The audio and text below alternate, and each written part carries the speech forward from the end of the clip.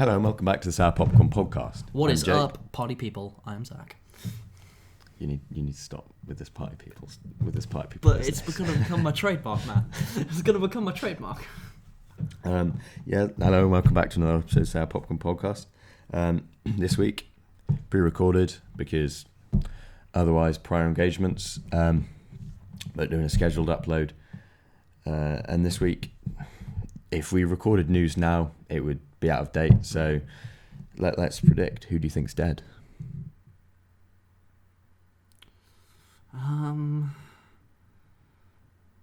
Let's just say it's a gift to the world, and let's just hope someone like Michael Pence is dead. And let's just hope he's gone. Like, Fucking hell. Do you know who Michael Pence is? He's a horrible bloke. Like, I was just expecting you to go something like, yeah, we're not having this conversation. So we're going into...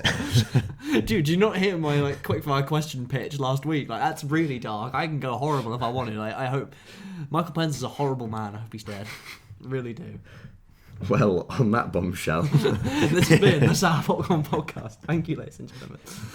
I'm going to go before the black helicopters turn up. So this week we'll be discussing all the Mission Impossible film franchise, obviously starring Tom Cruise. And we'll go in order. We'll have more to talk about with some than others. We don't know how long this episode's going to be, but we'll try and stay on topic with... Obviously, there are going to be tangents here and there, but... Some of these, of course, will be shorter than others, because, I'll be honest, I haven't seen 1 and 2 in probably a decade. And I have ulterior places I have to be at soon enough. So we'll go with these, and we'll try and get what we can in, but we'll try and make it as entertaining as we can. So we'll start, obviously, with Brian De Palma's, in my opinion, fantastic initial 1996 Mission Impossible. This film has many iconic moments for a reason. I mean, at the time it had its controversies because they took liberties with certain characters from the original, like some people becoming traitors and what have you. But I feel like this is a very strong entry in the spy thriller espionage type genre. It's the bread and butter of spy espionage thrillers. It's everything this film does establishes what these genre films should be. Like, to score, to acting, to twists, to just like action set pieces, they all just work, and yet it does it uniquely. Like the stylistic choices for the conversations, like there's Dutch tilts in just that, and it all builds tension as it slowly gets closer. And a point that I love to raise about this film: Ethan Hunt doesn't fire a gun once. Yeah, exactly. That's why it just works so well. And I dare to say, I don't know, because I think he does at the end of 4. Don't think he fires a gun in 5 either. I don't think he does either. No, don't think he does in 4, apart from maybe in that car park chase at the end. And don't think he does in 5. He fires a stun gun in 5, but that's a bit of difference. But like, it's like a real testament to, at least in this first film, to like create an action movie that is that ballsy. Because with I love John Wick. John Wick was just the first one that came into my head. But like a lot of them in Taken, it's just like a lot of it just you become desensitized to it all. That's why I don't like the third one very much, because it's just got a lot of the run and gun stuff. But we'll get to that in a bit. This one is like just iconic in the set pieces, like particularly like the ending of the train chase, like the zip wire scene where it's just like it's an inch from the floor. They're just like such masterful moments. How De Palma builds tension in that scene. Even on rewatches, you know he's going to be all right, but just you're on the edge of your seat. The tension is building. Yeah, I think it's a test. It's just a crime we don't get much Brian De Palma anymore. Yeah, like don't get anything, and it's just this was fantastic. Like for the time, like there were other action movies, but like and there were things built off properties that were gone, but this kind of like renewed it, and then the fact that they just link it in so well with just that classic score, just like dun dun dun dun dun dun, and it's in all of them, and they just work it so well. They just create an amazing brand with this first film, with which so many others can build off of, because it is just such a, which is a universally accessible franchise. Like this just works as long as you've got Tom Cruise. It's great. Like I really like the start because it's more grounded and it has like the big revelations and like the big, his whole team's dead. Yeah. Really quite brutal in this one with the team. But I'm still undecided years after seeing it if I like the big balls to the walls action at the end with like the helicopter in the tunnel and stuff. I'm still undecided. I do, but that's just because I love it because Leon's in it. Yeah, Leon is just underused in that film. Like, he's fantastic in everything, and he's just really underused in that film.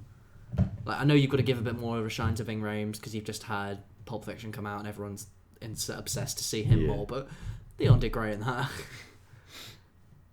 Like, I just enjoy it well. It's just balls to the wall fun. Like, in that end, they kind of like push the envelope. Yeah, how far can we really go with this kind of like this crazy premise? And a lot of the effects still hold up. Yeah, definitely. Like, it really does work. I mean, that's why I hate number 2 a lot of the time, because it doesn't. Whereas this one's still great. Like, each one has, I think in my head, apart from number 3, each one has that stunt. Yeah, number 3's got 1 or 2 bits, but this one's got just those iconic moments. Yeah. And like when they're on top of the train and they actually have like that really strong fan, and Cruise was like, "Yeah, let's just go with it. Let's just make it look good. Crank me up. Like, I want more of that." And even the CGI still looks pretty good. Yeah, it's great. It's great green screen work. It works amazingly. Tom Cruise as well just cements himself as that star in that movie. Like, you can't make these movies without him, as number 4 proved. And I think it is upsetting that then you move into Mission Impossible 2. Hang on, before we move into Mission Impossible 2, stealing this from Patrick H. Willems, fantastic guy on YouTube. When he made a Mission Impossible video about all the films, with each one he rated Tom Cruise's run in each one. So I feel like paying tribute to Patrick, we need to rate out of 5 cruises Tom Cruise's run in I'll this. give him 4 cruises in this one. I would give him 3.5 purely for him coming out of that restaurant. Yeah, I'll give you that. That works. But apart from that, I'd say there isn't enough Tom Cruise running in this. No, unfortunately. But so as I was about to say, it's a shame that after the first one's amazing, we kind of move into the dud that is Mission Impossible 2. Like, it's not awful. It's just really, really not great. And there's just kind of, you get the cast back. It's a good story. You got that amazing opening where he's just on the side of the cliff. That's absolutely fantastic.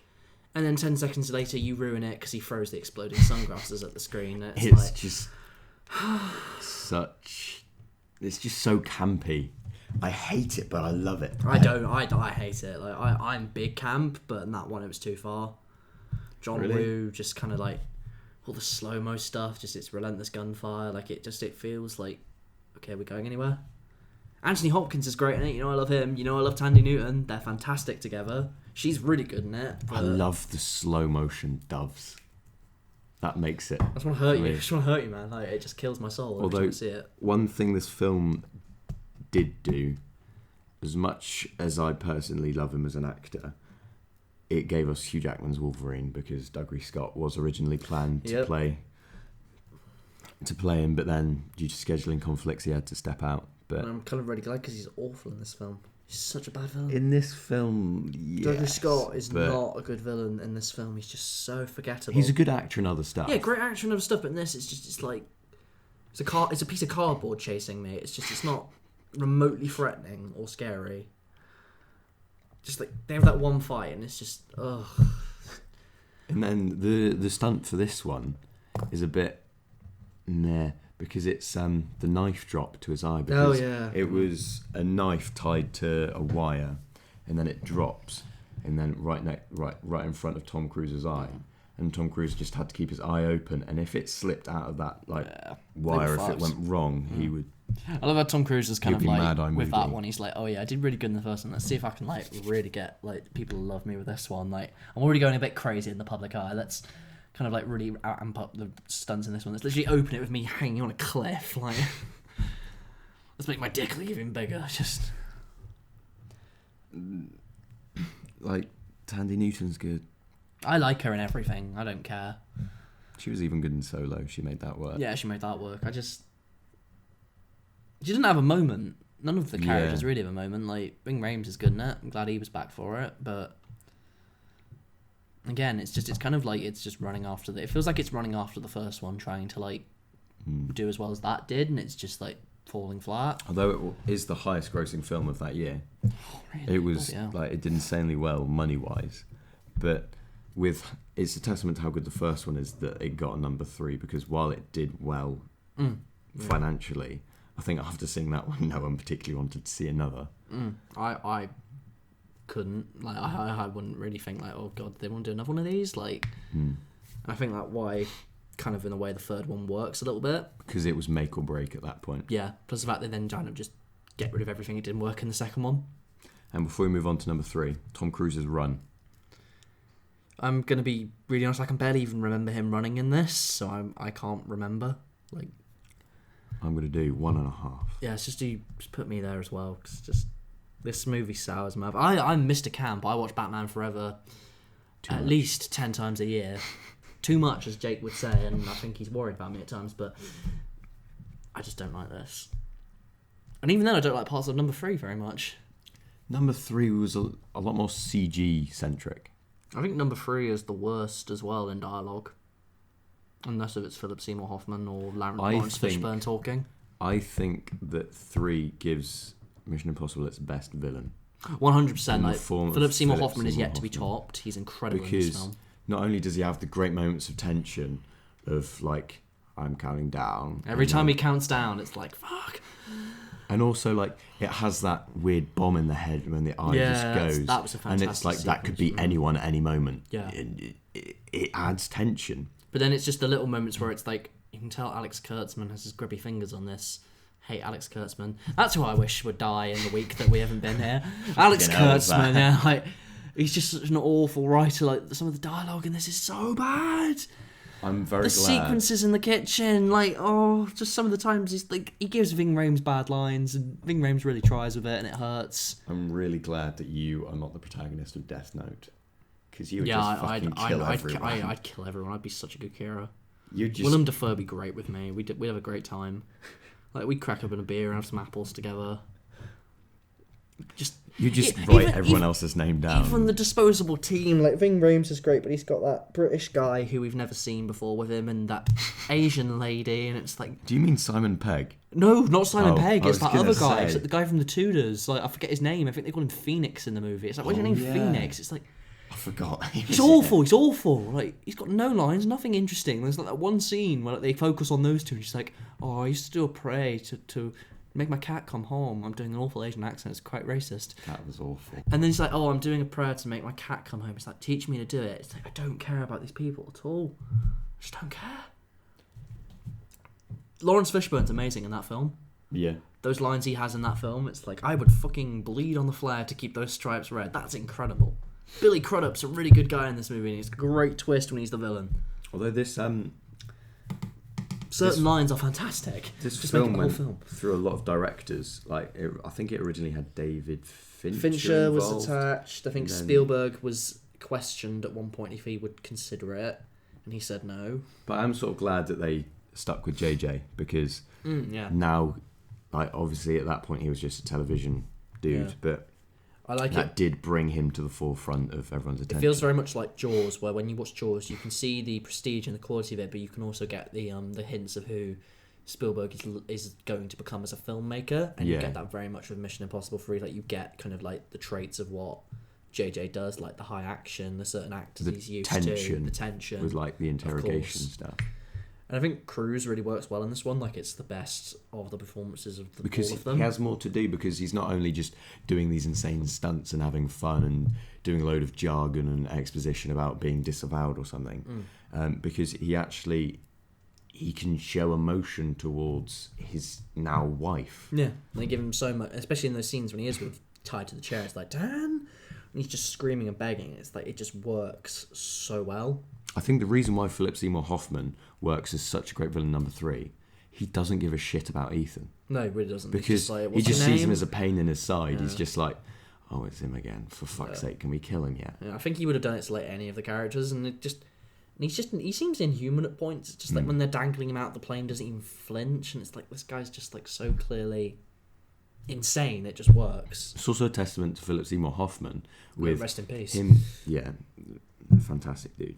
With him, like, not only doing that and the villain stuff well, but also when it's supposed to be Ethan Hunt as him, being able to play character as another character, like playing a character in a simulation, that sort of thing. Yeah. Like the way he does that really well, where it's sort of a nod to the audience. It's Hoffception.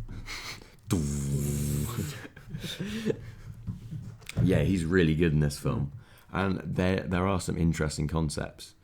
This has got an incredible stunt in it, like the swing between the buildings. Like that's fantastic. That's, for me, the only real memorable stunt of it. Simon Pegg's really wasting in it. Like he is. He's got like 2 scenes. I think it is 2 scenes, and even then they're okay. Like he's got the funny moments, but like you can tell, like JJ's like, yeah, maybe save this guy for a sequel if I get to do it. Of course, he didn't. And like the Vatican bit's pretty good, but something I kind of like, because I watched 3, 4, and 5 last night. This is a 2-hour film. It doesn't feel like 2 hours. It literally feels like an hour and 30 minutes. Like we were watching it, and I was honestly surprised when it got to the conclusion as quick as it did. I was like, hang on a minute, this can't. No, like I swear there's more to this, and it ends really abruptly, and it's like, okay, we're there. Literally, the ending is like, oh yeah, we're okay, we're completely fine with our marriage, let's just walk off and be happy with one another. You don't instantly question why your husband has been lying to you for months, and he does this secret other life, and it's like, that's why such a jolt. I'm just okay with it. Yeah, let's just walk away. That's why 4's such a jolt, because it ends on this one with them walking off into the sunset sort of thing. And he's like in prison just like, well, where? This is, in my mind, got the best Tom Cruise run though. That one shot, like. Yeah. So Christ, I'm going to say 5 cruises out of 5. 5 cruises out of 5 cruises. You too? Yeah, nice. That's just an incredible run. I don't dislike this movie. It's just it's got a lot of problems. It's fun, popcorn fare, and it's a good outing, if you like, and I enjoy that kind of stuff. Yeah. I think so far though 4 is the best of the bunch. Like for many people, it's not my favourite or in my opinion the best, but 4 just exploded into the stratosphere with this. That's like, what really made this the staple that it is. Yeah, like this is balls to the wall action from the very start, and it just works every frame. Tom Cruise realises why people come to Mission Impossible, and he's like, oh, so they come for the fun, insane stunts, and they come for that. And then this is when Macquarie first came on, because they'd had like all the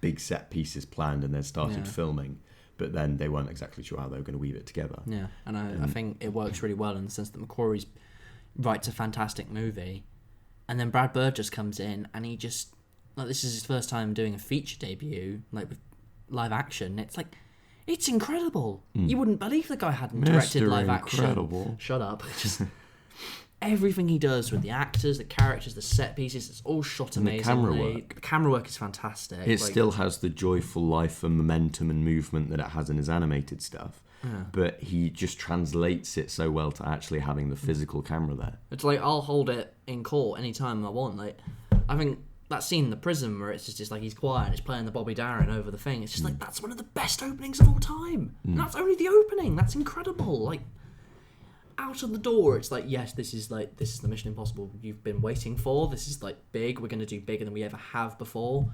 We're going to push this guy off the edge of a cliff in a car, and it's going to blow up. We're going to make him climb up the fucking Burj Khalifa, the tallest building in the world. And it's like, Cruise is just a fucking madman in this movie. It's just. And also, like, the picture, it's not in the film, but the picture that he did while filming this of him just sat on the top. No wires, no anything. They showed it on Graham Norton, just him just sat there on the top of the Burj Khalifa. He must get off on it at some point, mustn't it? Do you think this is like kind of like a thing for him? It's like his high, like he can't feel things inside, or like he can't orgasm or something. Like this is just, he needs to put himself on the edge of death to feel things. But it's just this is the one where Tom Cruise had to learn how to hold his breath, isn't it? No, that's Rogue Nation. No, because it's the scene with the car. Do you mean in the sandstorm scene? No, at the very start, he's in the car goes into the water. No, at the very start, he's in the prison in Ghost Protocol. No, it's... You know where... Yes, when they're with the secretary. Yeah, and then all the bullets are coming through. That's incredible, that scene, yeah. I think that's the bit where he started holding his breath, but then obviously they had to take it that step further in Rogue Nation. But... Yeah, I must admit, that's an incredible scene. Like, I was very annoyed when Tom Wilkinson turned up, because I wanted more Lawrence Fishburne. Yeah. Because it's like, I get it's like kind of a throwaway thing just to kill off Lawrence Fishburne very quickly, but I kind of wanted more of him because he's a great character. I think that was more as a part of shock value because it's like you get Lawrence Fishburne, it's like he's gone. And this is the start of the films where the IMF doesn't feel like a thing. Because in the previous few films, like there's the big teams, there's the big buildings they go back to, there's the big headquarters, there's like the government people in charge. From here on, it's like literally you see the team and that's it. You maybe see someone in charge. Yeah, you don't they see, feel like you don't they see are a building. on their own. Like they feel like it's when he says like we are all that's left of the IMF. You feel it and it works. Yeah. And I think it also works brilliantly because they get Jeremy Renner in this movie. Yeah. Oh, let's maybe see if we can groom him to replace Tom Cruise. Not a chance. Like Cruise is much this better. film comes out, everyone's like, Tom Cruise is a star again. They've almost forgotten all the stuff that was in the press about him. Yeah, at this like point. The craziness and the jumping up and down on Oprah's couch. I'm in love. But okay, you do you, man. You do you. I can't stop watching this film. Whenever it's on, I watch it, and it just impresses relentlessly. Like you don't come to these films for plot because he gets disavowed in like all of them, and Lenny's on his own. But in this one, it shows you how to do a film with the big set pieces. A lot of fun. I would argue that Mission Impossible is the best action popcorn blockbuster franchise. Yeah, I wouldn't disagree with you because everyone just gets better. Because with each film that comes out, it just highlights other films for being lazy. Yeah, like in this film, they pay no attention to the villain. The villain is good, the villain is important, but even then, it's like he's barely in that many scenes. Like they focus on how it is Tom Cruise, like it is Ethan Hunt. He is the story. You don't need to focus on the villain like the previous one did. It's not a problem, but they spend a lot of time like making him look really cool. Whereas in this one, they just focus on Ethan and the mission, and they make that the centerpiece of it, and that's why it works. And I mean, like, even at the beginning when it's not Ethan, like you can make the cool scenes work. Like when it's the beginning bit when it's with Paula Patton and that other guy and Simon Pegg, or if it's just a Simon Pegg and Jeremy Renner scene, they're fucking hilarious. Yeah, they all work really well. And like it actually has those heartfelt moments where Tom Cruise is off doing probably running. Yeah, and Jeremy Renner's like, his wife, and he goes on about that, and it's like, fuck, man. That's like when they kind of like make it grow up a little bit. Like it kind of cuts the tone a little bit, but it still works, and I like it. That's something Brad Bird always does. Like he sets the stakes. Yeah, and this one has got them. Like I think it's the biggest threat in any Mission Impossible movie that they deal with. Like you never find out what the rabbit's foot is, but in this one, it's like if we don't win, they set off nukes. We have to do this, and I think it also works because Benji's just such a big part of it. He's just so good. Every scene he's in is just fantastic. I can't remember which magazine does it, but I think it's either GQ or one of those magazines on their YouTube channel. They do X actor talks about the most iconic roles, and they did a Simon Pegg one a few days ago, and I watched it last night. He's just such a funny bloke, but then when he talks about the Mission Impossible films, you can tell that he loves doing that. Oh yeah, definitely. And he said how J.J. Abrams brought him on, and how he was just excited to be in it for that for number 3, but then they asked him to come back for number 4, and then they actually gave him stuff to do, like because he got a taste of it, like being in the field when he was being the GPS for Tom Cruise, but then in number 4 he's become a field agent. There's that beautiful scene where it's like when he's just come in, like they've just grabbed him and he's just come off the side of the Burj Khalifa, and then he just comes in and he's like, that was pretty difficult. Wouldn't want to try that again. It's like, shut up, but you're perfect in every sense of the word. Like, only Simon Pegg can make you want to yell shut up, but I love you at the same time. But it doesn't upset me because Ving Rhames is barely in this one. Yeah. He's great in all of them, and he's in like 2 minutes at the end of this one. He's like, oh hey man, sorry I couldn't help out with this one. Like, he needs to be in more stuff. Like, I don't get why he wasn't even in this one. Like, there was room on the team for the guy. Probably they could have given him something to do. If you wanted Jeremy Renner in it that badly, like, he's got funny moments as well. Jeremy Renner's quite funny. Like, should I not have jumped? And I think every set piece is memorable. Like, whether it's the corridor scene, where he's running away from the explosion at the Kremlin, outrunning the sandstorm, the car park fight at the end. Like, every single one you remember is engaging, like is enough of a movie just in a set piece in itself. Yeah. And that's something that none of the previous films had achieved. So, Tom Cruise run. I mean, does that run a sandstorm in I'm going to this? say 4 cruises out of 4. No, out of 5. I'm going to say 4.5, because he half. fucking outruns a sandstorm, man. That's no easy feat. No, I know it's contractually obliged to. I am Tom Cruise. I can run faster than anything, but Faster than a speeding sandstorm. Is it a bird? Is it a plane? No. It's Tom Cruise. Dr. Wells, I don't know how to beat the reverse flash. What am I going to say, Barry? I've never heard this one before. I do a perfect meme where it's like I just beat a meme to death with this guy. It's just like, every time I do it at some point he just wants to hurt me. But Yeah, but do you know what I don't want? What? I'm not like you. I don't want people dead. Alright, I'm sorry, man. I just don't like Alex Kurtzman, okay? He screwed up Star Trek, and then he screwed up what The Mummy was. And then he screwed up Amazing Spider-Man 2. He's done it 3 times. He shouldn't be allowed to screw things up again. Amazing Spider-Man 2 is a flawless film. How dare you, sir? How dare you? I challenge thee to single combat to prove the worth of Amazing Spider-Man 2 that it is non-existent. Fair sir. How dare you? To clarify, I despise the Amazing Spider-Man 2. Just to clear that up. Yeah, you don't realise Jake was the little boy at the end in the Spider-Man costume. That's why he's such attachment to it. My favourite of them all is Rogue Nation. Like, I was surprised when you first told me that. Like, because Rogue Nation is just fantastic. I think it's just... It's sensational.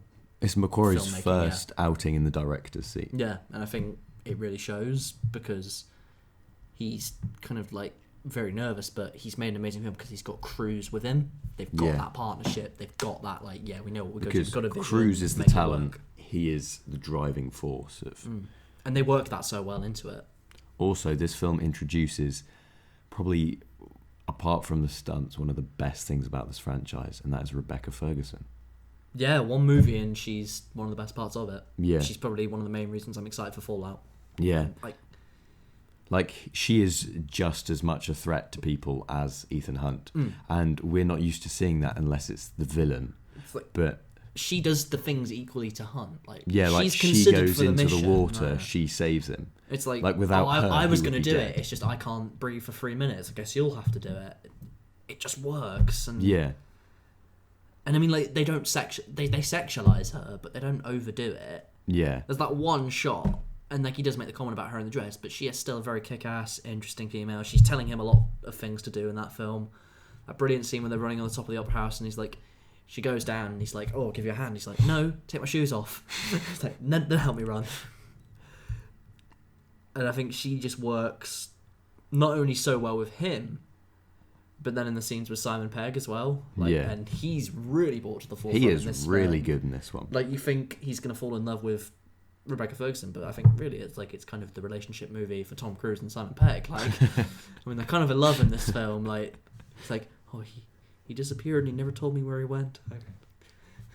I've been devastated ever since. He's like, I will tell you, I will give you $50 million. Just let Benji go. I'm in love with him. That's what I wanted at the end of this film. I wanted them to kiss at the end. It's a perfect thing. This film's also very funny. Like when Jeremy Renner and Ving Rhames, Luther in the film. Yeah, when Jeremy Renner and Luther trying to look for him, and then their two cars pass each other, and they just look at each other, and they're like. And then there's the even better bit when they speed off in the fast car on the motorbikes, and he's like, "This is a high-speed pursuit, and you just had to have the 4x4, didn't you?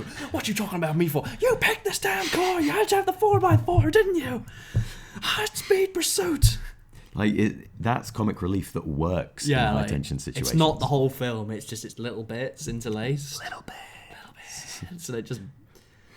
And even then, it's like...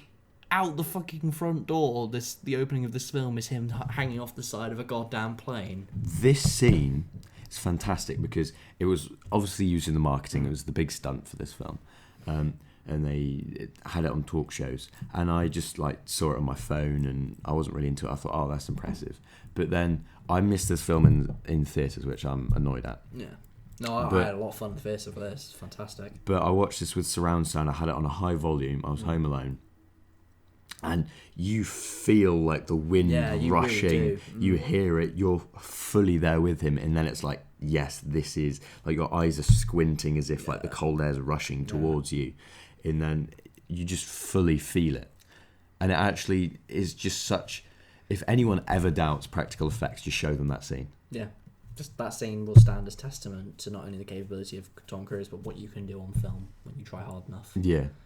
I mean, that's the opening scene. There's so much more to go, and it's like you have a thrill ride from start to finish. Yeah. And also the villain's interesting in this one. Sean Harris is a great addition to that cast. Like, he's not... I like his voice, especially in the Fallout trailer, but just like... It's just like so raspy and how quiet. raspy and... Like, it was then... I didn't realise he was in Prometheus until I was watching it, and I was like, he's fighting. I recognise it. Yeah. And he's just kind of so like, he's very much like, he isn't a physical threat to Tom Cruise because you can't beat him because he's like a wiry kind of bloke, but like he's just like the idea of what he represents, like the syndicate itself, what he controls, what he owns, and it's like you don't mess with this guy. And I think Rebecca Ferguson is great in translating that across. It feels like what they were trying to do with Blofeld and Spectre, but they did it well. Yes, very much. And they did it 10 times better. This was the film that knocked Bond out of the park. Like, it was this, and then I think a month later it was Spectre, and this was 9 times better than Spectre. Like I have a soft spot for Spectre. I like it a lot more than I others like do. Spectre too, but this is just objectively a better film. Yeah, this is, in my mind, top 10 action movies of all time. And Tom Cruise wants to be there. Yeah. Daniel Craig does not. Daniel Craig is not pleased, whereas Tom Cruise is like, let's make 1 million of these, let's do it until I die. Did you see on the Graham Norton show when they had Simon Pegg on, they were discussing this movie at the time, like kind of, 'cause they have that car chase scene when they're in the car together, how Tom Cruise would be like consistently putting on Simon Pegg's heat seaters, like seater heats. Yeah. And then like they're saying like how like, well, even when they were filming, it's like he'd do like a really hard handbrake and then he'd just move to press the button just to turn up the heater. It's like, you're just a dick, but you're a lovely person. I would like kill just to like spend just like time on set with Tom Cruise and just see his method for these films. Everyone always says about how nice he is, and also when you go up to him and you talk to him, they're like, it's also like what Ty Sheridan from Ready Player One. Yeah, Ty Sheridan. Yeah. Ty Sheridan said about Spielberg. Like I've also heard people say this about Tom Cruise. Like you go up to them and you talk to them about these iconic films, and you're like, I absolutely love this, and then they actually have a conversation with you about it, and they're like, oh yeah, it was great fun, and then they talk about like a behind the scenes story. Whereas like a lot of people like, if you went up to Harrison Ford, he would do Wolverine from First Class. Go fuck yourself. Yeah, falling asleep as he's talking. But with them, you can tell that there is. I'm not saying that Harrison Ford doesn't have passion in it, but you can tell that with him, there's so much passion and energy behind it, and it's really cemented him back as that star. He is the last, alongside The Rock, he is the last great movie star. Like, he's the everyman. It's just like, throw him into it. Yep, 100%. Let's give this all we've got. We are trying, even if this is shit. We don't care. This is a movie. We're making art. Although, we're missing. What's happened to Will Smith? I love him. Yeah. He's still in big films, like he was still in Suicide Squad. I mean, he's migrated over to YouTube, but he is still in stuff. Like, he's in big stuff, he's just in nothing good. When was the last time you saw a good Will Smith movie? He needs... I can't remember one since I Am Legend. That was like 2009. Will Smith, he's still got fans on his side because he's such a lovely bloke. Oh yeah, lovely bloke. Yeah. But, like you say, he just needs that film to get him back. Yeah, really. Like, if he was in one of these, maybe. That'd be interesting. Mission Impossible? A Mission Impossible film, that'd be interesting to see. I'd like to see him as villain. That'd be good to see, yeah. Because Will Smith's also into doing stunts. Yeah. So, like, if they, like, were doing something and then it, like, opposed them... Well, that's what I like about kind of what Fallout is potentially promising, because he's never had a physical adversary like that's been able to best him in these films. Like, he's got that one guy in Rogue Nation, of course, where he's the fight in the opera. He's like, oh, I'm struggling here, but that's made for kind of comic value. I want someone who could like kind of like become the ultimate nemesis, like best him not only physically but then also mentally, and do something like that. Will Smith's kind of a cool guy for that. Like they're both getting on a bit now, so it would work on that front. Like they're older actors. Tom Cruise in Mission Impossible Fallout is 1 year older than William Hartnell was when he became the first Doctor. Jesus Christ, that's... And to think what Tom Cruise is still doing. Yeah, William Hartnell, shut up. Don't cry. Oh, I'm ill. You stood by a machine. Tom Cruise hung from a fucking plane. Like, it's just a testament to how infatuated and in love with his craft is. Like, with Fallout, they had the big Halo jump that they're marketing. When they did the little behind-the-scenes featurette on it, you just hear Tom Cruise when they look back at the footage, he's like, I cannot wait for an audience to see this. That was an awful impression. No. But he's like, I cannot wait for an audience to see this. It's like, he just cares so much. And certain actors don't. It's like, you can guarantee he's the sort of bloke where it's like, he's just pulled off the most death-defying stunt they've probably ever done. He's like, yeah, I really don't like how that looks. Can we try it again? Yeah. It's like, no one is alive like that at the moment. No one Everyone tries will just be that. like, yeah, that's fine. It's like, he does so many things in these movies, and we give him a lot of hate sometimes because like his crazy side, and he's in bad movies, like who isn't? But I've always said this, like me and my dad completely agree on this. Like we watched The Mummy, for Christ's sake. Ooh. And it was like solely on the basis of like, we know we're not going to enjoy it, but we know we're going to enjoy Tom Cruise. He's just fantastic and everything. The guy always commits. He's always enjoyable. He's in charge of the films he does. Yeah, and even if you don't like the film, there's something about it that makes you like him. Just quick, putting this out there. It's not a quick fire question or anything, just general discussion point. What's your favourite Tom Cruise performance? Because mine is him in Tropic Thunder. Because he is so much fun in that film. He's brilliant in that. I really, really love him in the 2005 Spielberg War of the Worlds. Yeah. He brings a lot to that. Because he brings the rage, he brings the fear. Like that scene where he's just like tying like a blindfold on his little girl, and he's like, I need you to sing when I go and beat this man to death. And it's like, that is an incredible actor. Like everything he's in, and that scene where it's like his son's running off, and he's like, Dad, I need to see this. And he's just like, that moment is his eyes, and it's just like, I know I've got to let him go. And it just kills me every time I've got to see it. Like he brings it to that scene. Like Tropic Thunder is amazing Tom Cruise. You never think you get that out of him, but then that's just something else that you kind of don't get. It's beside the action star. If we're going serious Tom Cruise, then I've got to go with the classic Few Good Men. Oh hell yeah! Like because he in that cements himself as not only a pretty face, not only the action star, he can really bring it like emotionally. Like, I think he's I want the truth. And also the more subtle moments where he's just there with his baseball bat. Yeah. And it's like he just kind of evolves as the actor. Like you get your start with Risky Business and your Top Gun. Like he's the sex symbol. He's the cool guy. Everyone likes Tom Cruise. Then he comes into a bit of the serious roles, like A Few Good Men, and like he's got the action star bits he can do in Mission Impossible.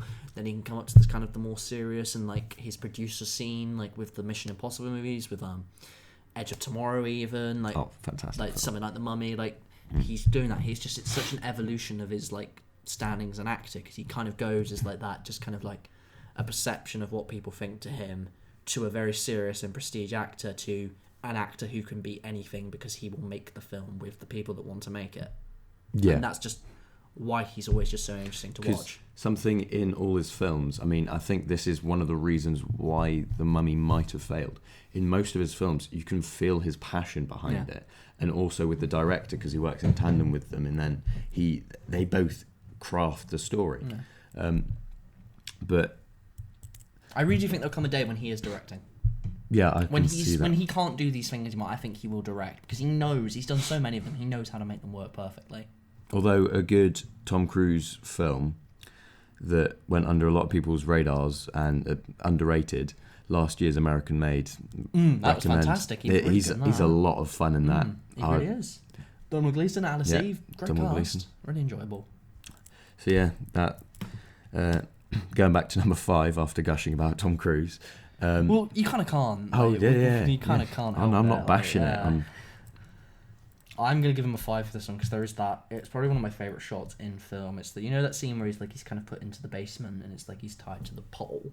Yeah. In Rogue Nation. Then when he escapes and he's doing the running through like the cave, and they're shooting the bricks and the pellets are flying off. That's one of my favourite shots in any film ever, so I'm going to give them a 5 for how good that looks. I'm going to give them a 4.5. I can't even remember another scene where it actually runs in that film. I'm going to give I know, there's that beautiful, beautiful scene where it's like, where he's just, like when they've just brought him back from the dead, and he's like, Elsa Faust just driven off on the motorcycle, and he's like, he sees the car, and he's like, and it plays the hint of the Mission Impossible film, and goes, dun, dun, dun, and he tries to, like, jump over the car, and just, like, completely collapses. It's like, what's going on? I love that, because this film has stakes. Yeah, like, it does. Ethan Hunt isn't immortal. He nearly dies. It's like, it works. Like, he's... Like, in that underwater sequence, I was holding my breath. I was like, is he going to make it? And then he doesn't. And then it's just that point of view shot of his hands. And then it just, so going. Oh. But then, obviously, Rebecca Ferguson is a fucking amazing person. She needs a spin-off movie. Yes. Genuinely needs a spin-off movie. Don't sexualise it. Just make it about a tight, cool script. Get Christopher McQuarrie to direct it. Or the Safdie brothers. They'll do a good job. That would be an amazing film to get a hands on. Even if you stuck someone like Simon Pegg in it as well as supporting. And Ving Rhames came back for this one. He was a big part of it. And we haven't talked about Alec Baldwin. He's a nice little addition to that. I like him in this little thing. Particularly in those like scenes at the beginning where it's like they're in the courtroom and then Jeremy Renner's like, I can never confirm nor deny any information on a mission without the Secretary's approval, just repeatedly. And then they bring that joke back for the end. I think that just works incredibly well. Like, after I saw this, I was just incredibly excited for anything more Mission Impossible. And I didn't feel that after Ghost Protocol. After Ghost Protocol, I thought, right, this is the precipice. We're not going to do much better. How do we top this? Yeah. Just leave it at this. Then, besides, even Ghost Protocol ends with a great moment. It's like the recognition of his wife is there. And I thought, right, number 5 is going to come in. This will be okay. This will be okay. It won't be great. But then everything about it was just... It was spectacular. There's no other word for it. 3 brought the franchise back from the brink. 4 made it that fantastic franchise again. And then 5 kept that up. So it kept it going. Because if you look as in the sense of 4, 5 and 6 of the new trilogy, it is amazing how you have to physically fight to argue one of them as poorer than the other. Because Fallout has got nothing but amazing reviews. Rogue Nation is incredible, and Ghost Protocol is probably one of the best action movies ever made. It is extremely difficult to decide between the 3 of what is the best, and even then, all 3 of them are capable of being called the best because they're just so fantastic in how they're made, how they're done, and just how they make you feel like you're just... It's like, fuck man, this is what movies is. Like, yeah, I love how like we've kind of got like the big superhero films, the incident connecting stories, and like the really serious dramas. Sometimes I just like to go to the theatre and just watch something where it's just like, fucking hell, man, that guy made that. Just like, damn, that's a cool shot. That's a cool story.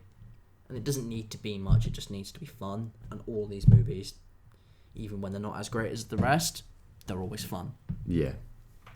And Mission Impossible series has its ups, it has its downs, but none of them are truly god-awful. Like, even at slow points, it's still somewhat enjoyable. Like, so bad it's good. None of them are taken free. None of them. Thank God. They're all fantastic. But in terms of filmmaking, they're all very strong. Yeah, and it's literally how if I ever direct an action film, how I'd do it. Yeah. Front to back. Just character work, dialogue, set pieces, cinematography, it works. Just Fallout can't come soon enough. It really, really can't. Particularly with Henry Cavill and his reloading arms. I pray for a shirtless scene. I need the friction. I need a shirtless scene. I need one. I can't help but agree. Oh yeah. So we're gonna go quickly into the quickfire question now. It is my turn. We're of course pre-recording this, so we will announce last week's vote next week, alongside the winner of this vote. And we spent a lot of time this episode discussing Mission Impossible, and these are movies that are famous for stunt work, and I think keeping in vein with what we've been trying to do recently, kind of keep it somewhat on topic. I'm going to go, and I've got a little bit of a conundrum with this one because I want to go classic, but I feel it's not going to reach the Twitter polls, so I'm going to go modern for this. It may well hurt my chances, but I like the idea of it. I'm going to go for what's the best modern movie stunt. And I'm going to pitch the stunt work at the beginning of The Dark Knight Rises. That sequence of them moving... We're talking practical effects. This is practical effects. This is practical stunt work. Like, this has to be like put together. That scene where they are essentially attempting to overthrow that plane, that is all shot externally. They really did that. He really sent men down to that plane for those external shots. He really did like have the two planes hooked up. The fact that he was able to do this from so many angles with repeated takes is astounding given the budget, and make it look that good in so few. Similarly, the fact that when he's actually dangling above the edge of the plane and when the wreckage does fall to the bottom, that did explode in real life, and that was Tom Hardy dangling above it. That is a terrifying precedent to make, that you've got your star actor dangling above that mid-feet in the air, because he did really hang there. He did really hold as the plane was flying away with that guy. The amount of just dedication from the actors in this to be able to risk their lives like that, and how not only beautifully executed a sequence it is, it becomes the most amazing part of the film. Similarly, the fact that Nolan was able to shoot it so well. He was able to do it so masterfully and make the stunt just so maximised in prestige by the capability of his film work and then the dedication of the actors. It stands out in my mind as just an absolutely fantastic piece of stunt work. I should also make it very clear for this quickfire question, because we've been discussing the Mission Impossible films, they're off the table. You've got to go in for something else, because if you really want to win this, you can just go Tom Cruise on the side of the Burj Khalifa, because that will win every time. I also want to point out my original one was Buster Keaton in Steamboat Jr. when... That's what I was going to fucking say. Oh, well done. Go ahead, man. Go ahead. Well done, man. Go ahead. You got more balls than I have. So I'm going to say Buster Keaton is Steamboat Jr. Wow. Because he risked his life for this. Yeah. And while Tom Hardy was dangled up in like that high up in Wales, above an explosion. Cool guys don't look at explosions. While he was actually there for that, Buster Keaton, he risked his life for this. Yeah. With Tom Hardy, you could argue that there was a lot more security and safety in place, because doing something on that scale, they wouldn't do it if it wasn't 100% safe and secure. But I'm saying this because it was a risk. It looks fantastic. Buster Keaton is a master of visual comedy and visual storytelling.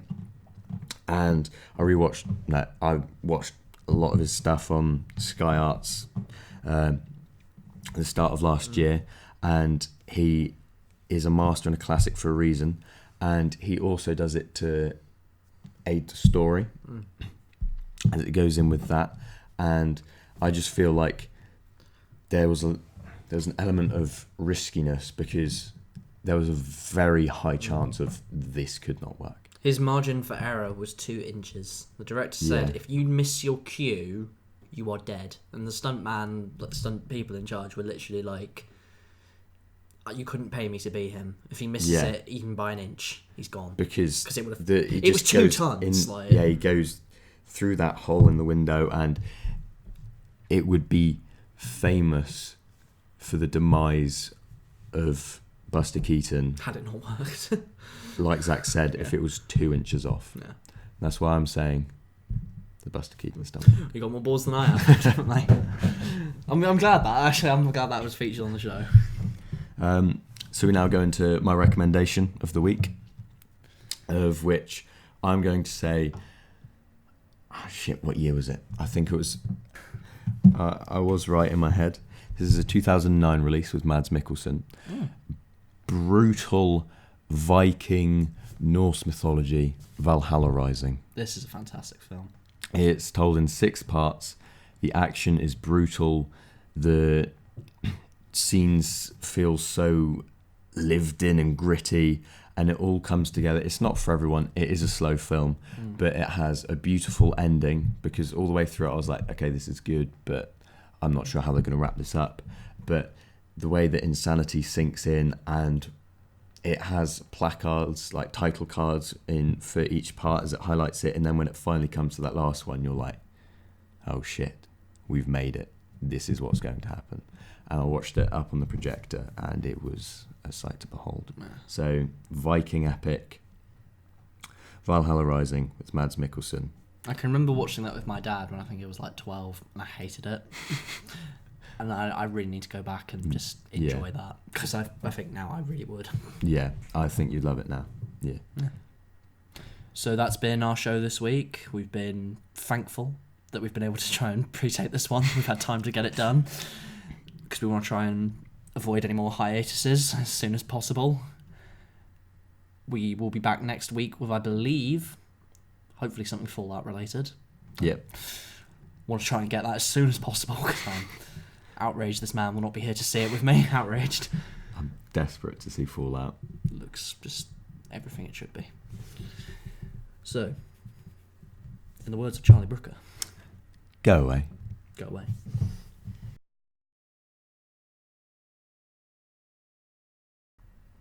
The Sour Popcorn Podcast brings you Letterboxd, an amazing application designed to give you all information on movies and record and document your movie viewing experiences. Available on the App Store for free. Hope that gets us a sponsor in years to come.